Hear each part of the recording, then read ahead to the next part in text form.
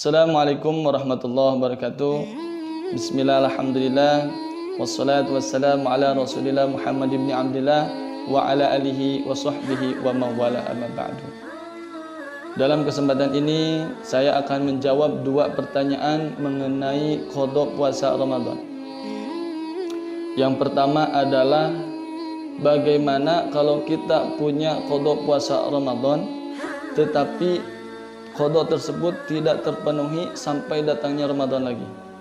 Yang kedua adalah bagaimana kalau misalnya kita punya puasa qada puasa Ramadan tapi kita lupa atau tidak tahu jumlahnya dari mulai kita diwajibkan untuk puasa Ramadan sampai sekarang. Saya akan menjawab pertanyaan yang pertama dulu.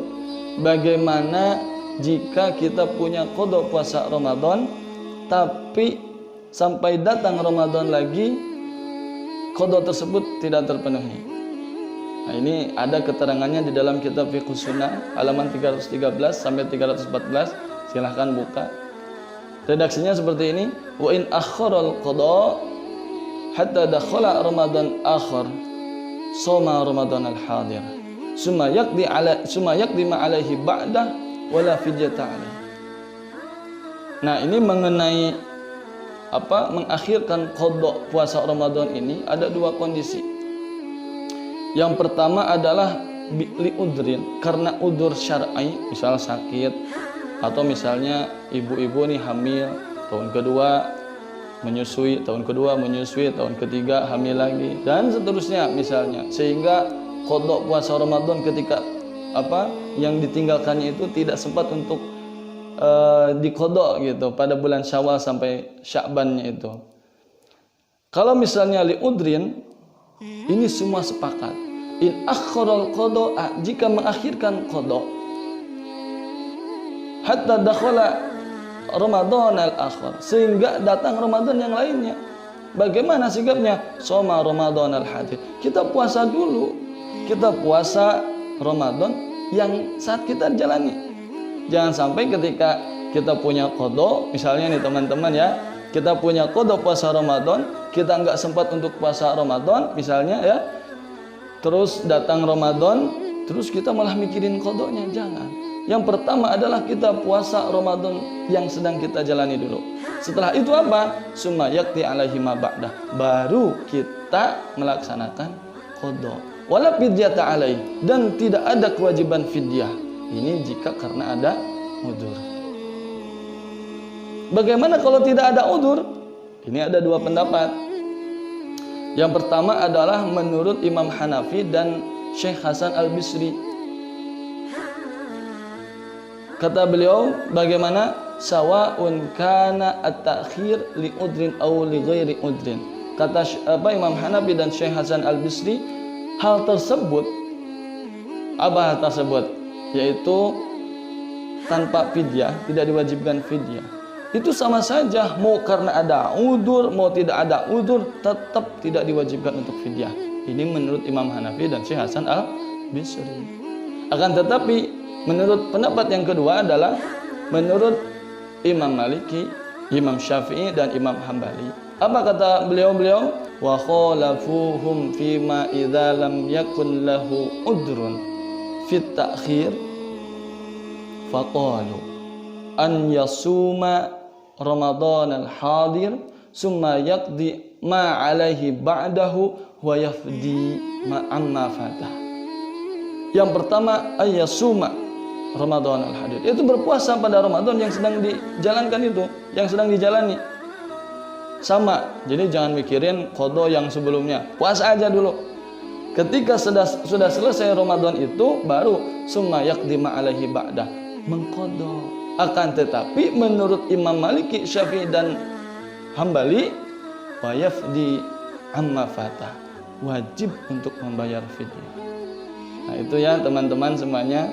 Jadi kesimpulan untuk pertanyaan yang pertama adalah ketika kita punya kewajiban qada puasa Ramadan tetapi kita tidak bisa memenuhinya mulai dari Syawal sampai Sya'ban, bahkan datang lagi Ramadan, andaikan misalnya karena udzur, semua sepakat tidak wajib fidyah.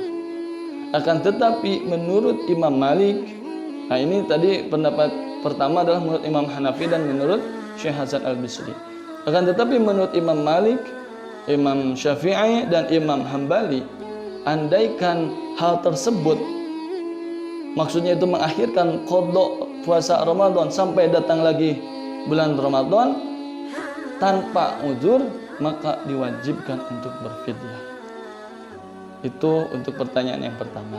Yang kedua adalah bagaimana kalau misalnya kita lupa atau tidak tahu hitungan qadanya dari semenjak kita diwajibkan puasa sampai sekarang.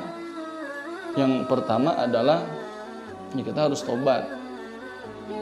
Alasannya ya kok bisa lupa gitu. Tapi ya kan manusiawi ya.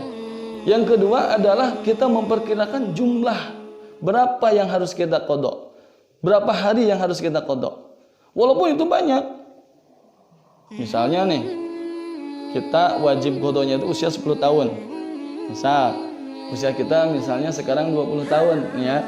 Berarti jaraknya 10 tahun biar gampang menghitungnya. Kita perkirakan tahun pertama wajib qada 20 hari misalnya. Nah, selama 10 tahun itu semuanya sama 20 hari. Berarti berapa hari? 200 hari. Tidak masalah. Ketika pertama perkirakan, yang kedua adalah apa? Yang kedua adalah diyakinkan. Setelah kita memperkirakan tadi itu jumlah 200 hari, yang selanjutnya adalah meyakinkan bahwa itu jumlah yang harus diqada. Karena kalau misalnya kita tidak memperkirakan dulu, ya kita bingung mau berapa jumlahnya. Nah, yang harus kita perhatikan, ketika kita sudah memperkirakan, kita wajib untuk yakin itu jumlah qadanya. Andaikan misalnya di dalam hati kita, di dalam pikiran kita masih ada keraguan, ini tidak perasaan masih ada deh, berarti itu belum yakin. Nah, maka satu cara untuk kita bisa mengqada puasa Ramadan yang memang kita tidak tahu atau lupa, pertama adalah perkirakan jumlahnya dulu, baru yakinkan. Setelah itu baru kita mengqada. Wajib untuk mengqada. Jangan sampai tidak. Kan banyak, ya tidak masalah.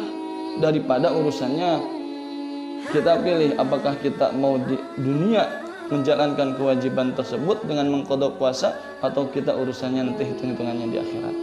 Ya, mudah-mudahan kita semua bisa menjalankan ibadah puasa dengan sebaik-baiknya, sehingga tidak ada kekurangan apapun, sehingga kita bisa memenuhi semuanya. Kalau misalnya yang full, alhamdulillah bisa full. Kalau misalnya karena qada, karena alasan yaitu yang memang ada udzur syar'i lah ya gitu, seperti sakit dan lain sebagainya, ya mudah-mudahan setelahnya kita bisa melaksanakan qada puasa Ramadan. Kesimpulan untuk pertanyaan yang kedua adalah bahwa ketika kita lupa atau tidak tahu jumlah qada puasa Ramadan yang harus kita penuhi, maka yang pertama adalah perkirakan dulu jumlah qadanya. Setelah diperkirakan, yakinkan bahwa itu jumlahnya. Yang ketiga, kita laksanakan untuk mengqada. Seperti itu. Itu saja dari saya. Mudah-mudahan bermanfaat. Mohon maaf apabila ada kesalahan. Terima kasih atas segala perhatiannya. Wallahul muwaffiq ila aqwamit thoriq. Assalamualaikum warahmatullahi wabarakatuh.